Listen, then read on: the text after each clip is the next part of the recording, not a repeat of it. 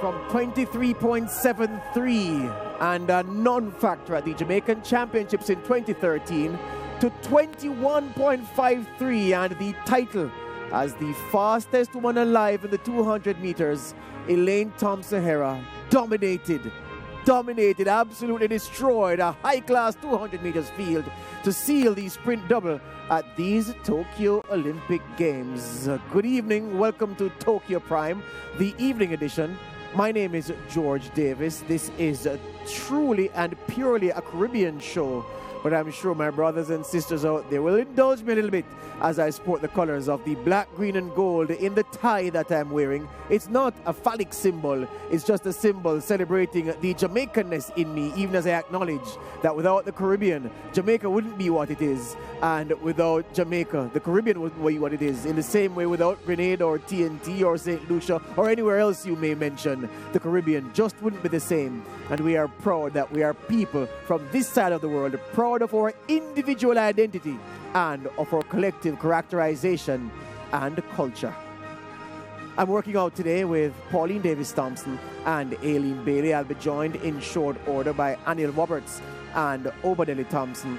And Pauline, you weren't here earlier today for the excitement that greeted Elaine Thompson's 200 meters win, but you are here now, and I'm asking you your reaction to that performance, that achievement. That was a great run by Elaine. Oh my goodness, to run that type of time at the Olympic Games, it was amazing. I have to take my hats off to Elaine. She did a fantastic job. And all I could say is kudos to her on that. Now. Yes, now. Knew you were going to get there without being prompted. Now. As relates to my homegirl, Shaunae Miller-Uibo, I'm telling you, I was almost in tears. I just felt so horrible. I mean, because I have a coach's eye and I also coached. I saw what happened. She didn't get out of the blocks very fast. And I mean, in 2 steps, the girls directly behind her had covered her. And I'm saying to myself, oh my goodness, this does not look good. And I could kind of see where she started to shift a little bit. When you're sprinting, you got to be very careful. You try to shift. You have to allow them to run out a little bit, and then start building up your speed so you could come ahead. And I felt like, oh my gosh, I'm crying for my country. On the inside, my heart is aching so bad, and I feel so terrible for my fellow athlete, my little sister Shaunae. But no need to despair, Pauline. She has every chance in the 400 meters, and I think that's the main dance for her. I think what happened in the 200 meters and the fact that she didn't put in an effort is perhaps supporting the reasons that you articulated early on in this show that she shouldn't have gone the double. Personally, I felt like she should not have done the double.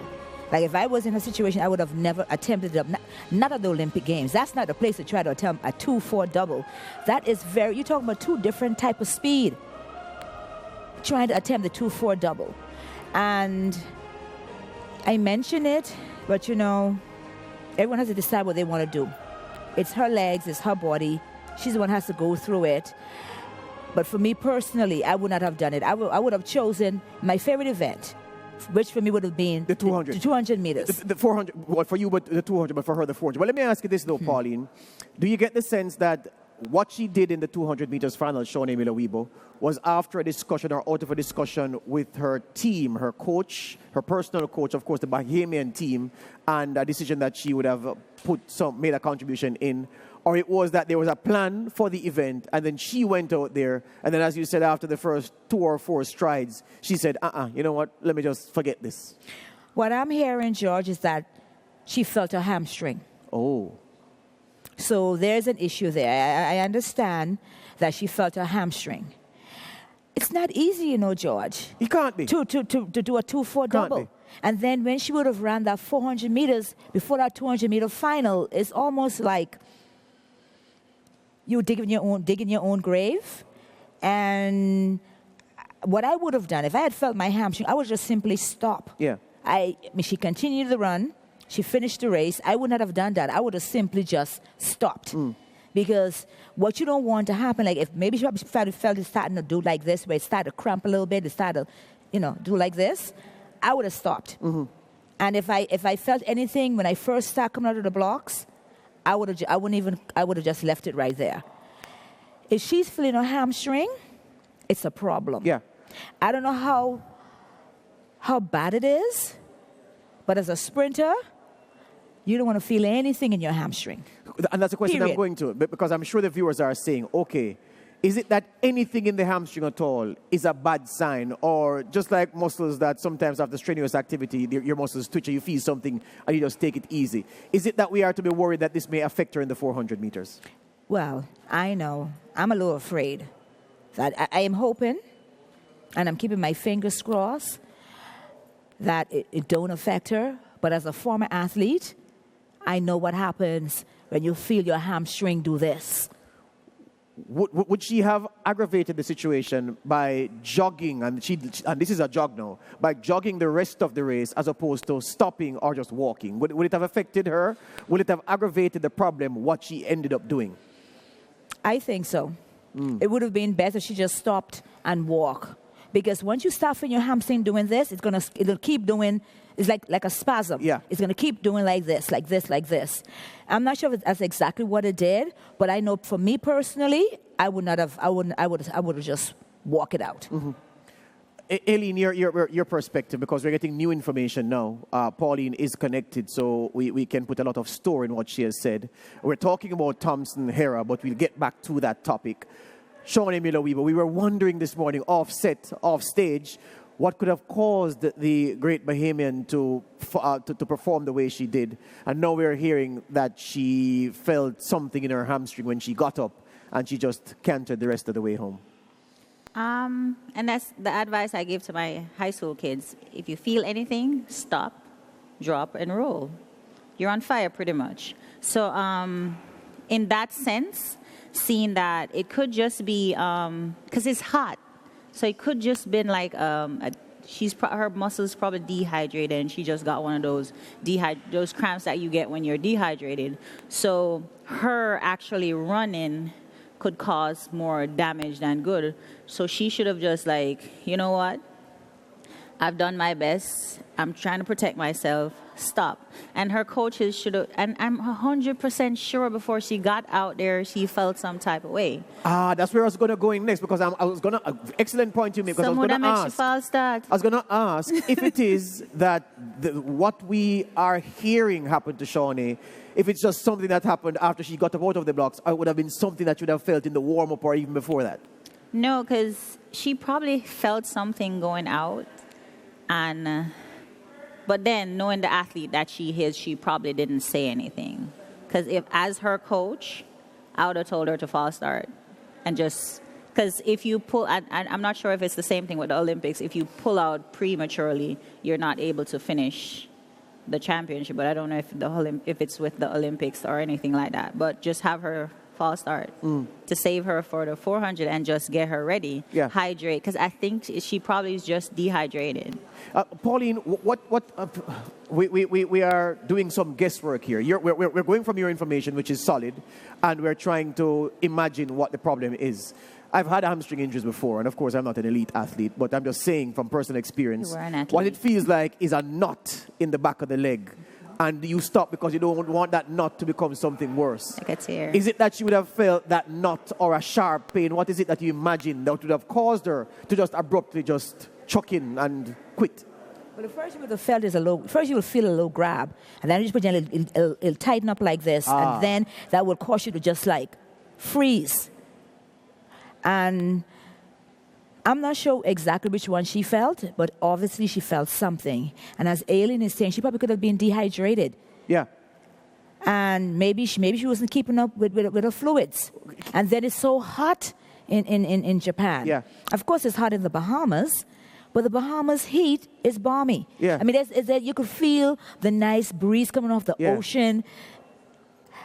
In Japan, I'm sure they're not close to any ocean. Yeah. And I'm sure it's not like the Bahamas where, like I said, it's balmy. You could feel a nice cool breeze coming. She probably could have been dehydrated. Mr. Producer, can we see the first phase of that race again? And when Masilinga and Thompson-Herah blew past Shaunae, if there was a sudden jerk in her movement to suggest a sudden stop, or she just gradually slowed down and jogged the rest of it? Because we're trying to understand what happened to the outstanding Bahamian in that 200 meters. Rather unlike her, she has the heart of a warrior, that's not in doubt, but something went amiss, and based on what we're hearing about a hamstring complaint. All right, so here she is. And they go by, and coming off the bench, she's dead last. And then she just gradually just breaks into a jog. No sharp stop, nothing to suggest that she felt anything and went for the grab. She just jogged right through. So I don't see anything. I don't know if you saw anything, Pauline, Elaine, that would suggest that there was a moment. She's not holding a leg either, which is not, it's not that it's a must, but it's a universal sign that some discomfort is in the leg. That didn't happen. So it's a curious thing. So here she's a close-up. Excellent shot this one is. Not even a grimace. I'm looking at her face. And it just gradually slows down, Pauline. Nothing to suggest anything immediate. Yeah. Actually, you can see that she's laboring one of her legs. Okay, you saw that. I saw her. Right, well, you have the eye for that. I have a coach's eye. Yes. In one of her legs, she's laboring. Yeah, I defer to you on that, yes. Yes. So she's not, if you go back and you look, you will not see both of those legs are not moving at the same rate of speed. Yes. So she's actually laboring. Did you pick up which leg? Over on this side. On the left leg? Mm-hmm. Aileen, did you see the same thing? You have the coach's eye as well? I know. I just saw the gradual deceleration, and usually that's what you can't stop abruptly. You have to literally gradually slow down. That's what you're coached to do? Yeah, okay. Don't just stop, just abruptly. Gradually. Because if you stop suddenly, it'll cause more damage. You have to run it out. To gradually slow down. And I saw that she was laboring in that. She was laboring. So the left leg is what the experts are saying may have been the problem with Shaunae Miller-Uibo. Let's hear what she had to say after that effort in the 200 meters final. Shaunae Miller-Uibo, you're probably disappointed with that result. Can you tell us a bit about that historic women's 200-meter final? Yeah, I can't be disappointed. I give God all the thanks and praise. We've been battling a lot of injuries this year, and I felt a little nickel coming off the curve, and just decided to pull it out. We're going to go back and get some treatment now, and hopefully be ready for the point tomorrow. And if you were to sum up your experience here at Tokyo 2020?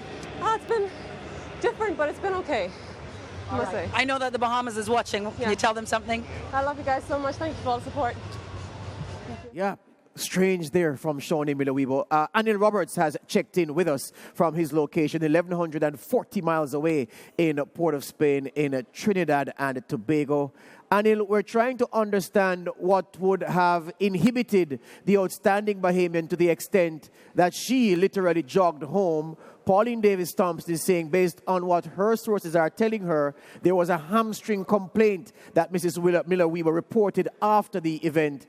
And we looked at the replay just now to see if we could see anything. The ladies here say there was a gradual deceleration. That was obvious. And that may have been as a result of that leg muscle problem. What say you?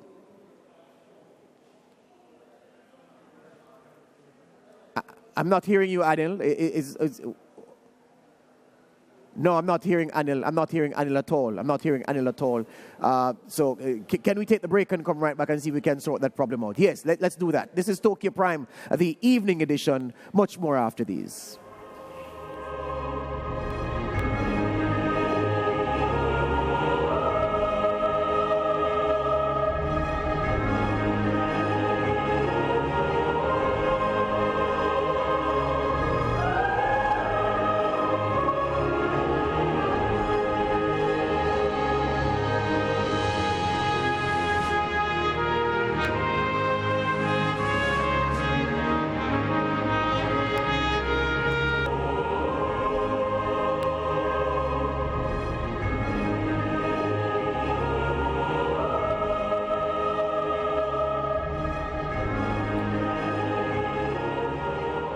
History was made earlier today. Elaine Thompson-Herah sealing the sprint double at these Tokyo Games. 21.53 seconds officially. The fastest woman alive, the second fastest woman in history, coming home. 100 in the bag, 200 in the bag, and she ran through the tape to embrace greatness, solidifying her position firmly in the argument, arguably the greatest female sprinter of all time. Amid all of that, there is speculation as to what is it that happened to Shaunae Miller-Uibo, putting in a very Shaunae, unlike, an anti-Shaunae Miller-Uibo performance. We don't normally associate Shaunae Miller-Uibo with quitting. There must have been extenuating circumstance that caused the outstanding Bahamian to jog home in the field. Dead last, 24 seconds on the clock. Something must have gone amiss. According to Pauline Davis-Thompson, there was a hamstring issue which hamstrung Shaunae Miller-Uibo in that event. And that's the issue we're interrogating alongside talking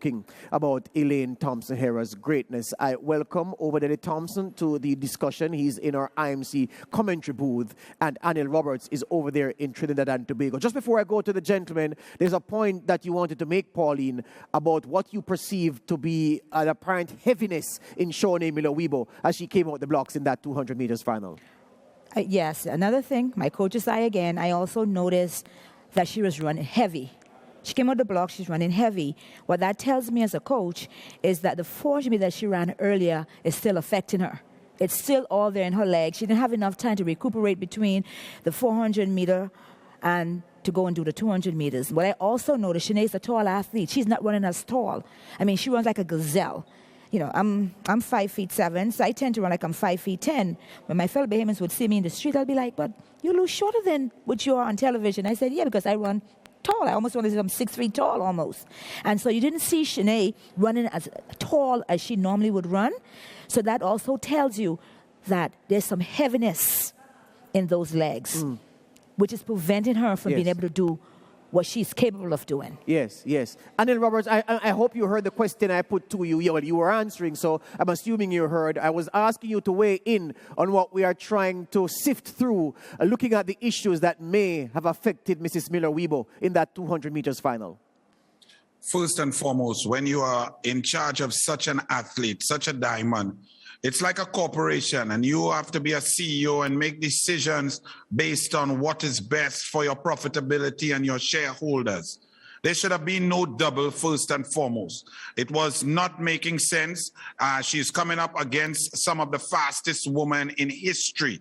A double in hot conditions with bad scheduling was a bad choice, first and foremost. Secondly, when you try to do a double, she came in the morning, yes, she jogged her heat. She's the greatest 400-meter runner in the world. But you still have to wake up early. You still have to stretch. You still have to get your massage. You still have to warm up. You have to cool down. That takes a lot of energy. If you're not drinking your water, you're going to dehydrate. It stresses out your body. Mentally, you still have to get out there on the track. That takes away from your psychological development. Now, we go to the race. I told you that her being out in lane 9 may have been great for Elaine Thompson, but it's not good for Shaunae Miller-Uibo because she's the faster finisher. Elaine Thompson went out that first 70 meters so fast.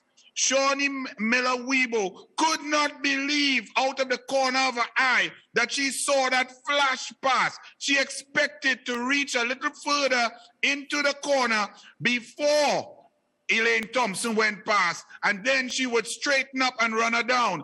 Elaine Thompson, if the producer goes back to the corner, flew past, and then you could see, if you look at Shaunae Miller-Uibo's face, it's not good for a great champion to see something moving like a Ferrari shocking her. I'm very sorry. The coaches, the managers should not have done this. Now, I'm worried about her confidence level, her 400 meters. If there is something in her hamstring, I didn't notice it through the race because she was running, driving right there. Look at that in a corner of the eye. That's debilitating. You don't want to see that as a great champion, a great sprinter, a great world-class runner, to see something yellow and green just flashing past you and leaving you standing. That is psychologically debilitating. If she felt something in her hamstring, I did not see it. Now I'm worried about what did this take out of her, both physically and mentally, preparing now for her 400 meters, where she has some competition, but she was still the overwhelming favorite. So if she felt something in her hamstring, It's now putting her 400 meters at risk, because once you feel it, whether it's a little cramp that did not really go to full cramp, you still have some damage to the muscle fibers. Then there's a psychological feeling of a runner. A runner does not want to feel anything in a hamstring at all, because that puts some fear in you. You don't want to press it because you know if you push it, it could seize up, it could tear, and that's it. Obadeli Thompson, we are hearing, based on Pauline Davis-Thompson's sources, that Shaunae may have had a hamstring complaint, perhaps even slight in the race, and that's why she backed off and jogged. Your impression of it all as we try to understand what proved to be a severe inhibitor to her showing her best performance in that historic 200 meters final. Yeah, it's unfortunate that she was not able to compete at full strength.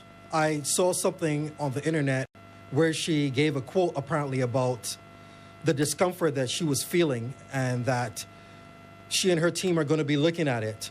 But realistically, I don't think she really had a chance this year to do the double.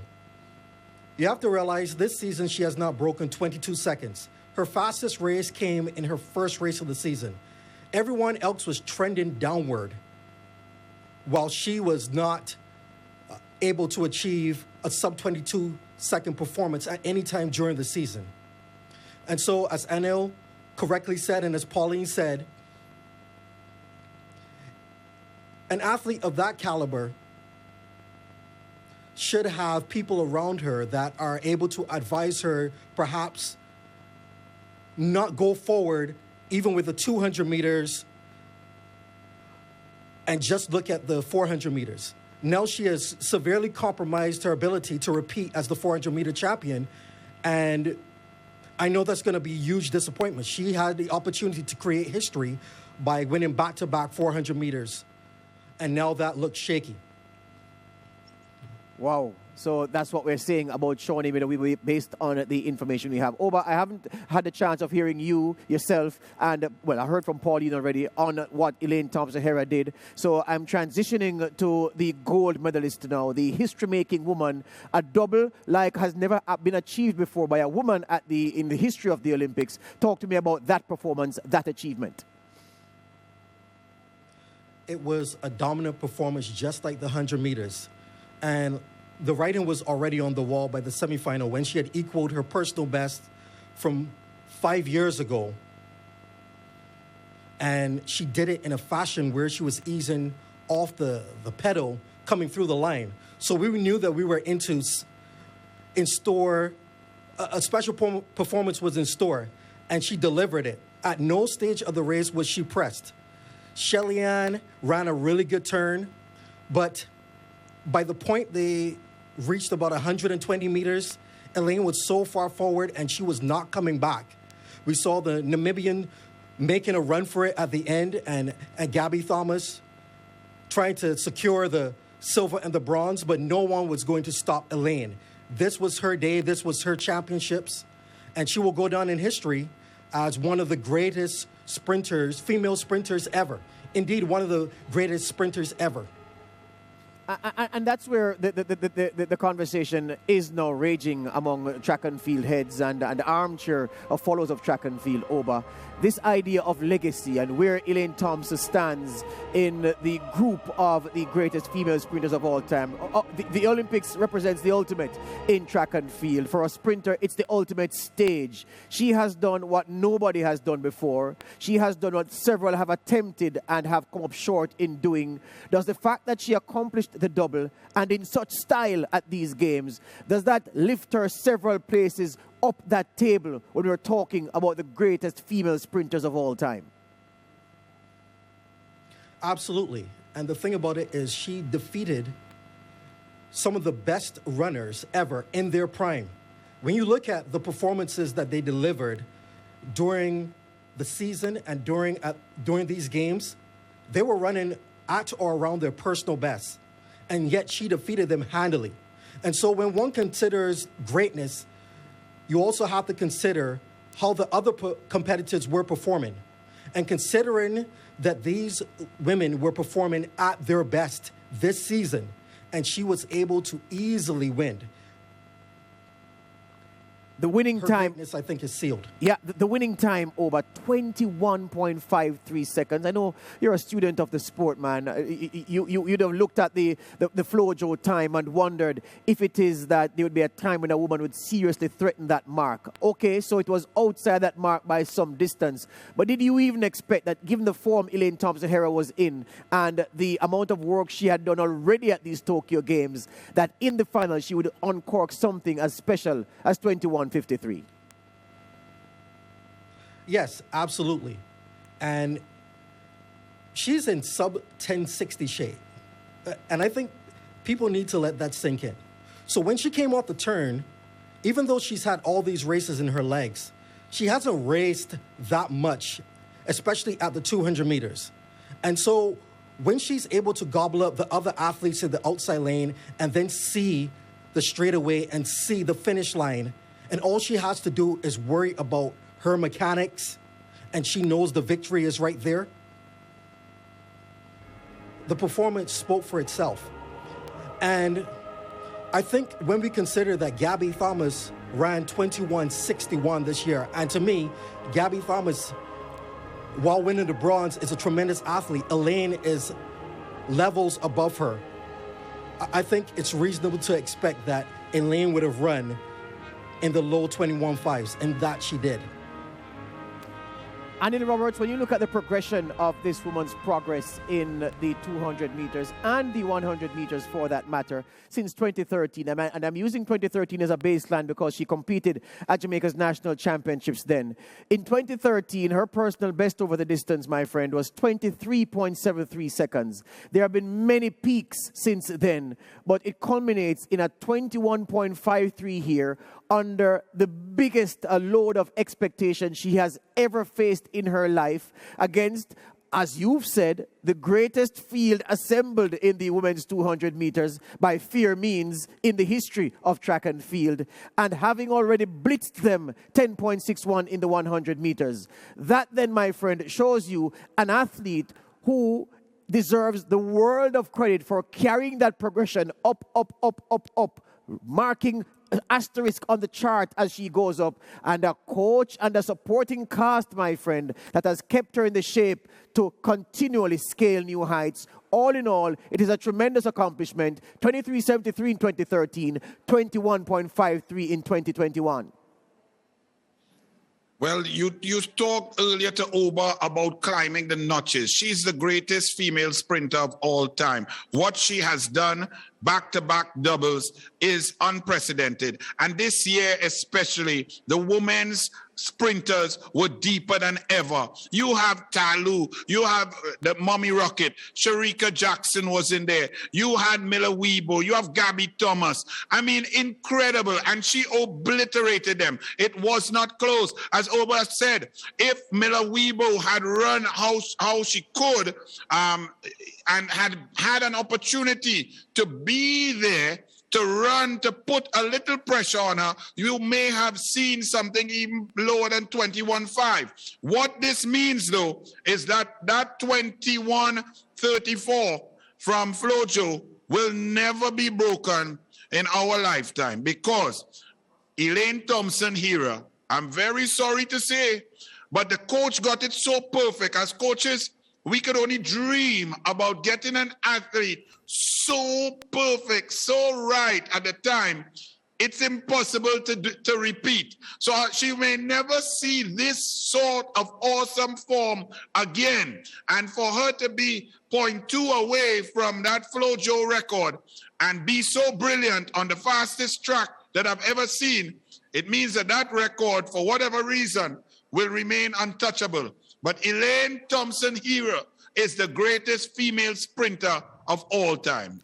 21.53, Pauline Davis-Thompson, a time that still it takes some getting used to saying from this woman. But the fact is, as the song says, give me one moment in time when I'm all that I thought I could be. For to accept what Addie Roberts says about this being her moment in time, when if she was going to break that record, it was going to be now at 29 years old. Do you agree with the Addie Roberts narrative that maybe the set of circumstances that have combined to give her this opportunity, maybe they will never exist again? I completely agree with him. And as you mentioned, one moment in time. Yeah. Sometimes you just have that one moment to do something amazing. I truly believe that this was Elaine, one moment in time to do something amazing, which she did. Flojo, I was there when Flojo break the world record. Yes. And that was a shock, I could tell you. It was, she had a beautiful, long, flowing hair, and, she's very flamboyant, and she was doing her thing, and the nails was over here, and, she had a little, the way she was dressed. Yes. And when she stopped that clock, I think all of us gasped. I mean, it was a shocker. I think I got knocked out in the semifinals. Yeah. I came out in that 200 meters, but it was a sight to see. And just like it is a sight to see what Elaine is now doing. But this is her moment in time. At 29, in 4 years' time, she'll be what? 33? Yeah. Yeah, it's gonna be tough to challenge that world record. Yeah. But I'm looking at the Namibian young lady. Yeah. And I'm very impressed with her. Yes. And that's a little scary. Yeah. Because if her coach could fix her start, Yes. then that young lady Yes. might be the next person who's going to be chasing Flojo's world record in the 200 meters. Yeah. Quickly, before we go to the break, Aileen, the same question to you. All of the factors combined for the perfect scenario. Pink of form, right age, the track nice, everything right. Do you think those factors will combine again, giving that opportunity for someone to eclipse 21:34? I'm a dreamer, and Jamaica has achieved that with Usain, 2008, 2009. So I'm a dreamer, and she's in the shape of her life, and knowing Coach Francis, he's gonna make sure she maintains that for World Championship next year. So I'm definitely dreaming. I'm a dreamer, and I'm believing that she will maintain her form that she has this year and just improve on it for next year at World Championship, and we probably will see the same greatness. Yeah, just before I go to the break, I have to say goodbye to Obadiah Thompson, who's in our IMC commentary booth. Oba, just before you go, Karsten Vorholm gave us something of the likes that we have never seen, some people never having, not having the faculties to imagine. And then Elaine Thompson does a double that was beyond great sprinting women before now. What a fantastic few hours in the history of the Olympics, my friend. Absolutely. From a spectator's point of view, it's brilliant. Considering everything that has happened with the pandemic, no spectators within the stadium, the uncertainty in the world, the depression that has existed in the world, I think this has uplifted a lot of people, given them something to stay glued to the TV, something to talk about, to discuss. And these are performances that are historic and maybe once-in-a-lifetime performances that we've just witnessed. Excellent, my friend. Thank you. Continue the good work. We take a break here on Tokyo Prime, the evening edition. Back with more after these. We're going to talk about the men's 100 meters hurdles final, or the semifinals rather, and the 200 meters final, where the Caribbean has two men hunting medals in that event.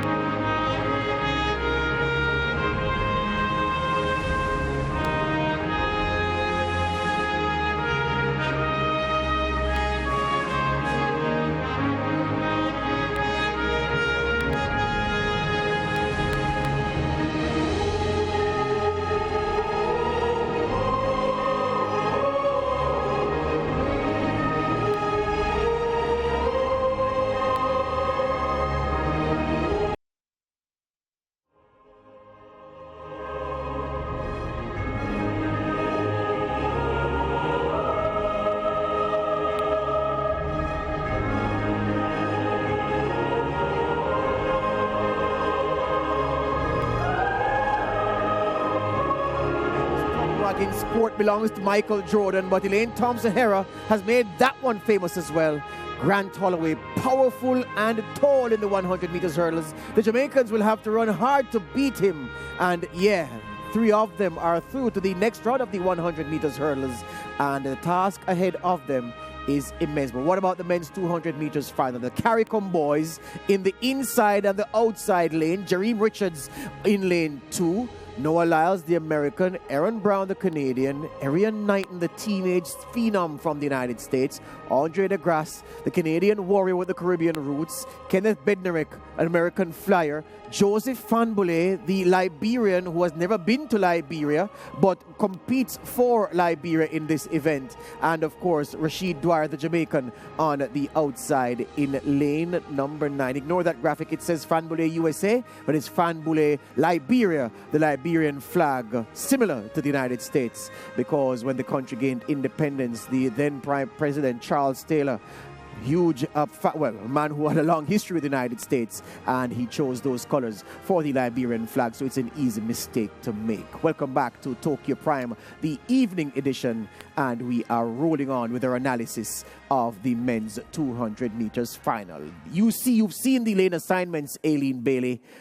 Some people say this is an American 1, 2, 3, but the CARICOM boys are there. Richards on the inside, Dwyer on the outside. Can either of them or even both of them get on that medal podium? I mean, definitely. DeGrasse is out to stamp his mark. Yep. He's been through a lot and he's getting back into shape, so he's out to stamp his mark. So they have to not let him get off the curve with them, because he's a powerful finisher.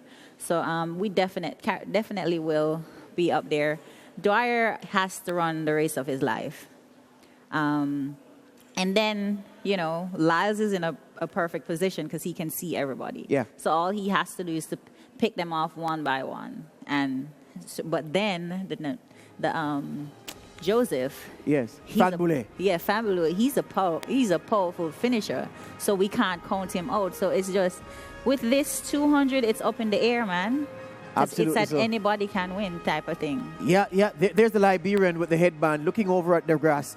Pauline, I was immensely impressed with Joseph Fanbule at the NCAA Championships when he smoked rivals in that 200 meters final. A young man who was chosen to run for Liberia. That was actually the American there, but he chose to run for Liberia, having never been to the country, but he wanted to connect with his ancestral roots. Bednarik, the American in that event with DeGrasse, but we set that aside. So I'm saying that Fanbule is impressive. We know that DeGrasse is a warrior, but I'm wondering if this man, Jareem Richards, and the Jamaican Rashid Dwyer, if they can get in amongst the medals, or it is an order too tall for the CARICOM boys in this 200 meters final.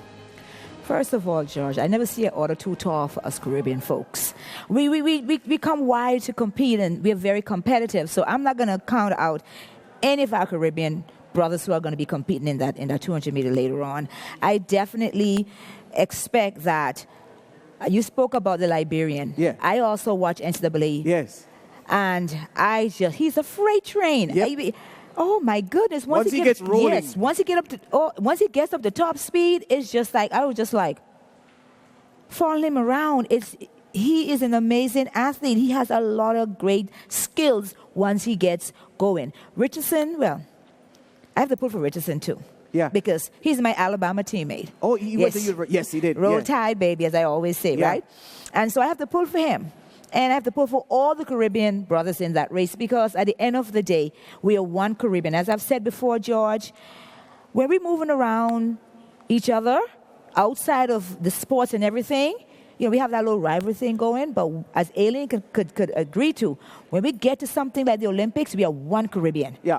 We fight and we support and we want to make sure that we all perform well. And Aileen could attest to that. Absolutely so. We love everyone, but we love the Caribbean people first. Yeah. And we make no apologies for saying that. Anil Roberts, just before I come to you, I want you to listen to this bite from your Trinidadian brother, Jareem Richards. Jareem Richards out of TNT, originally from Point Fortin, here in Tokyo, making waves. What a season's best in this semi-final 20.10. Talk me through it. Yo, first of all, I just want to say thanks to God, because I was nervous, very, very nervous my first round. Thank you. Very, very nervous my first round. I mean, it just hit me that it was the Olympic Games and I was nervous, but I needed that first run to get in. I looked at the times of the semi-finals and I was like, well, yo, you gotta go, you have to give it your all. And I mean, I gave 100% and that was it right there. Live to fight another day and I'm excited. incredible. I mean, it was heat number 3, so you knew you would know the times at the end of the race. You looked like you really pushed at the end there. Yeah, definitely. You know, I just try to put my best foot forward coming off the turn, seeing that yesterday it wasn't the best, but, you know, it makes me excited. I have some more energy in the tank, and I'm ready for tomorrow, please God. Exciting times. Congratulations. What a Trini accent, sweet bad. Jerry Richards there talking to Alex Jordan. Alan Roberts, what do you make of the chances of your guy in this final, drawn on the inside most lane? Let me tell you something. You hear the pure honesty from that athlete, Jareem the Dream Richards from Point 14. Understand this. When an athlete is so honest, so open, it leads to a different level of greatness. He is what you call a big horse race. So understand that this young man, he loves the brighter the lights go on, the faster he goes. He's slight, he's light, and he's fast. I would have preferred him to be in lane 3. But him being in lane 2, I am putting my Trini heart in it now. So I'm predicting with heart and brain. I am saying in lane 2, while the others like Bednarik and Knighton, and he's on the inside of Noah Lyles. Noah Lyles is not in his ripping form that we saw last year and the year before. Jareem Richards could come around if he holds on to Noah Lyles and goes past him with 60 meters to go. There's a medal for Trinidad and Tobago in Jareem Dream Richards. This race is wide open. Bednarik looks like he's brilliant. The young Knighton, he is fantastic. The Liberian is solid. But there is something about Jareem, the Dream Richards, that if I am to lay money down, that Trini on the inside is going to come flying through. And we're going to have a little celebration in Trinidad. We let Pauline bring the drums and the cowbells, and we eat some doubles and make some sweet pan music with soca, because Jareem Richards looks good. His technique is flawless. He's fast. He's born to run the 200, and he's in the Olympic final, and he's loving it. Pauline, for those, I guess I could ask Aileen the same question as well, but I'll ask Pauline first. For those youngsters watching us now and wondering, so they have a little height. Jareem Richards is well, everybody's tall relative to me, but yeah, so there you go. But so he has that frame. He's drawn on the inside, in the inside most lane. Where in the lane does he run, given that the 200 meters starts on the bend? Does he run on the inside of the lane, on the outside of the lane, dead center? Where does he run? He runs the curve as if he's running a straightaway. That is how you have success in the 200 meters. You set up your blocks so that you're able to run the curve as if you're running a 100-meter sprint. I am sure that he must know some of that. He went to Alabama. I'm sure he's were taught certain things. So I'm sure that he already knows what he needs to do. And I'm hoping that he remembers what he needs to do. Because sometimes as an athlete, George, when you're like that and the lights come on, you know, the whole world watching, you start buckling at your knees. And you might forget certain things. But I'm hoping that he has retained the way he needs to start on top of the curve. And the fact that he's tall is even more important, that he run that curve as if he's running 100 meters straight away. Yeah.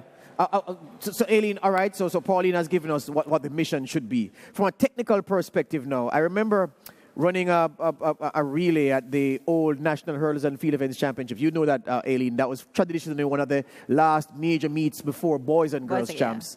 And I ran a 4x1. And silly me, well, nobody told me otherwise, I ran on the inside. I set my gauge on the inside mostly. And I realized that years after that, you stupid boy, you should have run on the outside of the thing to give yourself a better chance to navigate. So with Richards' frame, which side of the lane should he hug? The outside or the inside, or let's say dead middle, given his height? So it's like, because literally when you set your block up at an angle, it shoots you straight down the middle of the lane. So it's like you're going straight. And then, because for the first couple, you need to drive out like you're running 100 meters. So right, that's what he said, yes. Yeah, so it shoots you straight down the middle. But once you get and it shoots you into the ape. So what? So if you get into the apex too wide, then you're going to swing out too far. You're going to swing out. So you have to stay as close as possible to the inside, so that if you shoot out, you get back right in the middle where you're supposed to be, and it just shoots you out the middle. So it's like it's math, because you have to measure from the line in, then you have to angle it right and all of that stuff. So once you get it correctly and you just get to where you need to be, because the curve it swings you out. So you want to make sure that you're close enough to when it swings you out, you get right back in the middle. Absolutely. So as you both you ladies discuss the technical aspects of it, I can picture Usain going around his corner with his body on one side and his head cocked to one side, trying to negotiate his frame around the bend in the 200 meters. Yeah, he's 6'4" frame. But he literally was in the middle of the lane. There you go. But it just looked like that. It's a crossover. Yeah. On top of that curve, you got to cross your feet over. Your feet over. When you're crossing it in a straight angle. It may be hard for you to... No, I'm picturing it. You're picturing it. Yeah, I did well at maths in school, Pauline. So I know angles very well. And the arms have to the inside arm has to cross, have a little angle. Yeah, so you're crossing over. So it doesn't go all the way across, it's just like a short cross seat. Yes. Excellent. This is Coaching 101, children. You better watch and pay keen attention. All right, so 2 CARICOM boys in the men's 200 meters final. Richards in lane 2, Rashid Dwyer in lane 9. His coach, Maurice Wilson, said he has an outside shot of a medal, and what everybody on this panel has been telling you about the Olympics so far, once you're in the final, you have a chance. Rashid Dwyer has a puncher's chance. He could swing and he could connect with someone's glass jaw, shatter it, and stand atop the medal podium. We take a break here on Tokyo Prime, the evening edition. Back with more after these.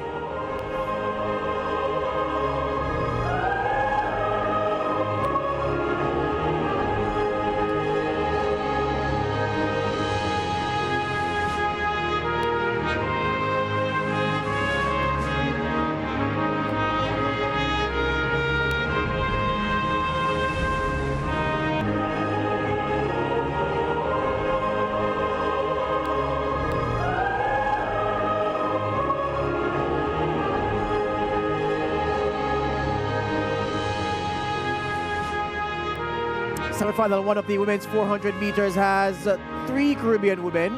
Cuba's Roxana Gomez, Marlady from the Dominican Republic, and Candice McLeod from Jamaica among the 8 athletes.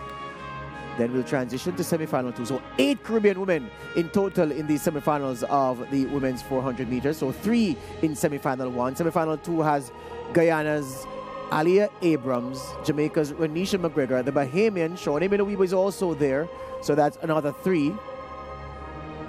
And semi-final 3 will have 2. It will have Jamaica's Tiffany Ann McPherson and Barbados' Sada Williams. So 8 Caribbean women were the interests in the semi-finals of the women's 400 meters.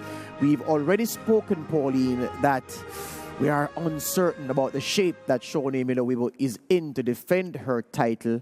With what you are hearing, with what we have spoken about, what will her handlers have to do, her physio especially, to get her ready to go through that semifinal, especially given that she won't have to do a personal best to get through to the final? First of all, they're going to have to assess what is happening. They're going to have a conversation with her, find out exactly when she felt it. What did it feel like? Was it like this? Did it just did like this? And so that they can assess exactly what's the next step. Then once they're able to do that, then she's going to need to get some type of low muscle stem or something like that, or a nice light flush, just working around the area, bringing in fresh blood to help to flush out whatever scar tissue that's blood that's from the scar tissue tear.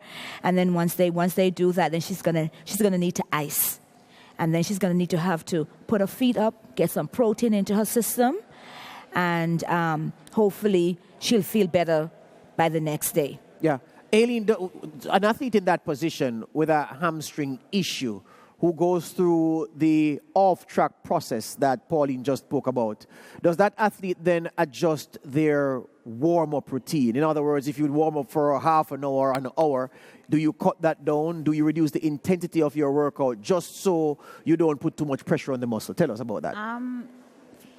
Flexibility in the muscle is very important. So she definitely her warm-up would be different.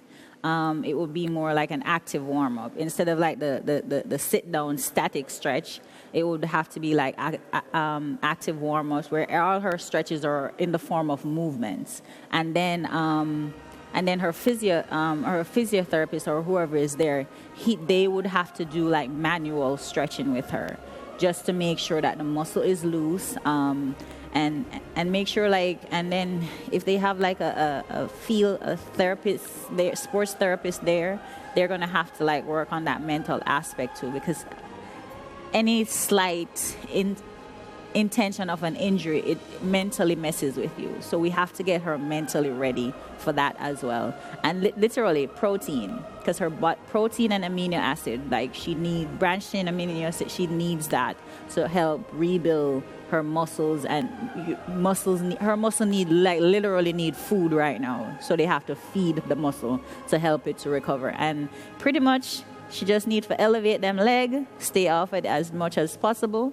Then anything that she wants, that food, they need to bring her food to her. Everything she wants has to be limit her movements, and the only movement that she has to be doing is like stretching. Yeah. Don't let the muscle go into rigor, like stretch it. Make sure you don't change the muscle's position. So when you say elevate the legs, does she sleep with her legs elevated? No, it's pretty much like when she's like not doing anything, like she just lay flat on the ground and put her foot up on the wall. So that will suffice. You don't have to sleep with the legs elevated. No, like she just it's like for like 10 to 20 minutes, like every on and off, just to get the blood flowing back into the muscle. I hope you ladies appreciate the need for these questions. It's not for our benefit. It's for the people watching us. They have to know exactly. Not everybody knows, yeah. And that's the point, my friend. Anil Roberts, Miller-Uibo, among 8 women from our part of the world who are through to the semis of the 400 meters. I want you to tell me those among the 8 who've caught your eye, and of course, what you think Miller-Uibo's recovery sessions will have to entail to have her in shape enough to go through this round and make it through to the final. Well, I think first and foremost, she has to get her mind ready, because for an elite athlete like that to go through the trauma of seeing Elaine Thompson-Herah fly out like that, that's going to rattle her confidence. So I think first and foremost, I will have her get a serious run in, more serious than would have been intended had she not gone through that trauma. So she needs to rebuild her confidence. Just remind her that she is great. So she should bury the field at least to 350 and then shut down, so she can get ready to know that this gold medal is hers. She has to recover. She has to use her ice. She has to use a massage therapist, ultrasound. As you said, you've got to replenish your glycogen and make sure that things are good. But I think the most danger for Miller-Uibo is her mind and her confidence at this time. She needs to just remind herself of greatness. Roxana Gomez of Cuba looked very good, very solid, and could move forward. Shelly Williams of Barbados, I believe she had a strong race. She finished 3rd, and depending on a lane assignment, she could make a run to squeeze into the final. Grenada, we didn't have a good run from Rodney, but from Jamaica, Renisha McGregor finished 2nd and looked very good, especially in the back half. Candice McLeod of Jamaica was very confident, very well paced, and built up her race. She was even split throughout, and I was very impressed with her 51-1 coming through. We had McPherson, who did a nice 300 and shut down. The Cayman Islands had Chelsea Ray in lane 3, but the best of the Caribbean athletes to me looked to be Marilady Paulino of Dominican Republic. She had a fantastic run. I'd never seen her run before. She's very impressive. And if there's any weakness or if there's any tenderness in the hamstring of Miller-Uibo, you could look for Paulino from the Dominican Republic. They also have been up on the medal podium in the 4x400 mixed relay. Yeah, Anil, as a coach, I imagine you to be a man to use extreme methods, or at least methods that some people would deem to be extreme. if Shaunae Miller-Uibo is feeling sorry for herself, feeling down in the dumps, as most people would after what happened in the 200 meters, to go out like that, she's a champion. Champions don't go out like that and are happy with it and just move on easy. It has to take some toll, has to have had some adverse effect. Would you as a coach sit her in a room and replay that Rio 2016 gold medal run for her? Do you replay anything that she has done in the past to say, Shaunae, you need to cry me a river, build a bridge, and get over it? Because Rio 2016 is who and what you are. We're going to go out there, get you in the best physical shape, and you are going to advertise to the world who you are once again. Is that something that you've been minded to do to get the mind right? Well, great coaches will know their athletes inside out. If you know your athlete, you can tell by the way they walk, how confident they're feeling, how they're looking, and what they're doing. So her coach must know what he needs to do to get her to her ideal performance state. Yes, if building back her confidence, and I think that it took a blow, I would sit down on a big screen TV and look at that Olympic gold medal, look at it over and over until I see in her face the confidence. Have great talks with her. Some people, everybody's different. I don't know her personally. Some people need to be left alone. Some need to be boosted. Some need to be screamed at. Some need to be hugged. Some need to play music. Some need to relax. But whatever is necessary to get her back in that mental zone of confidence, putting aside what took place in that 200, getting ready to handle business. The mental preparation is as important as the physical preparation. So all tactics, visualization, mental, affirmation, confidence, videos, talk, relax, music, your warm up, showing her the watch, showing her her start, showing her that she's still good, how she's going to break down the race, rebuilding the mind, and going, I would say, to give a good run in this semifinal, a little faster than if we just went the 400 alone and we did not go through that traumatic experience. Yeah, we have the break, Pauline, but I have to ask you this. Based on what you know of her and her personality type,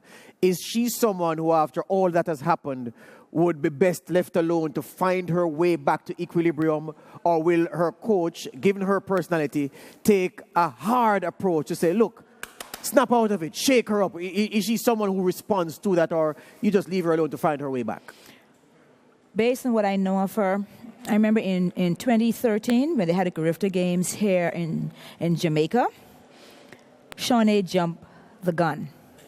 And she was devastated. I mean, she was crying, bucket of tears like a baby. And her father, Sean Miller, was just behind her. He was hollering, he was screaming at her and yelling at her.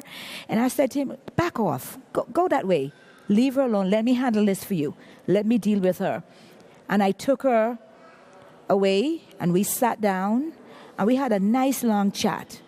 And I told her what an amazing athlete she is, and that sometimes these things happen, and she have to dig deep to find that inner strength to work through it. And I remember saying to her, Shaunae, one of the things I learned in life is that before you do something great, something terrible is going to happen to you. I need for you to always remember that. And that year, she was going to World Juniors. And I said to her, God is setting you up for greatness. Watch what's going to happen. More than likely, you're going to go to World Juniors and you're going to win World Juniors. And she did just that. And I remember when she came back, she threw her arms around me. She gave me a big hug and a kiss. And she said, you were so right. I said, see, I told you so. So I don't know what her coach is like. Yeah. Hollering and screaming at her is not going to work. Yeah.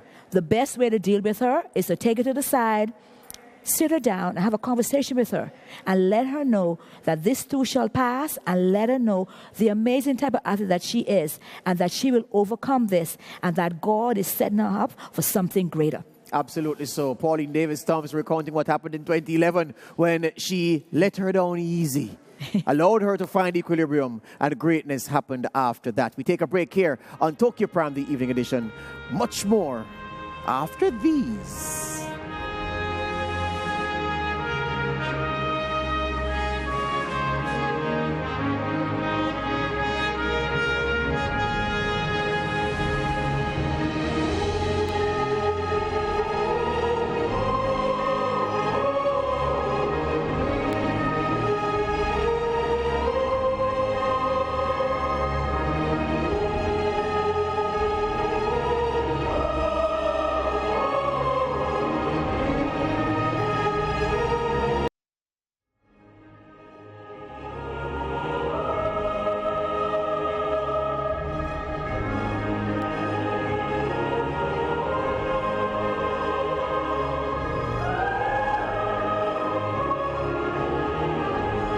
the semifinals of the men's sprint hurdles. In semifinal 1, Ronald Levy out there in lane 7.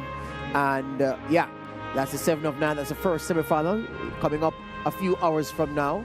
Semifinal 2 will have another Jamaican. That's Damian Thomas out there in lane 8. And the third man from Jamaica, the third man from the Caribbean, will run in semi-final 3. His name, Hans Le Parchment, goes hunting an Olympic medal. He'll run in lane 6. So all 3 Jamaican men, as one expected, advancing from the first round of the men's 110 meters hurdles, the men's sprint hurdles, just for simplification.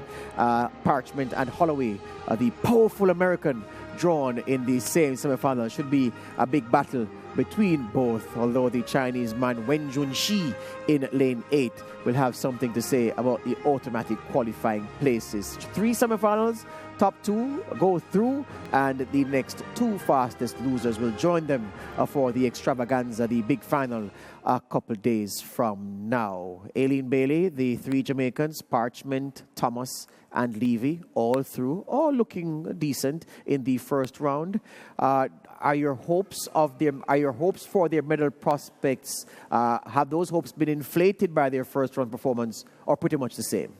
No, my hopes always inflate once Parchy is in the 100 hurdles, because he's the man that will pull off some serious surprises, and he looked amazing. And for him to go through what he went through and come back looking so spectacular, I am excited to see what he has in stores. But then I stress out my friend and them give him Grant Alloway again. Yes.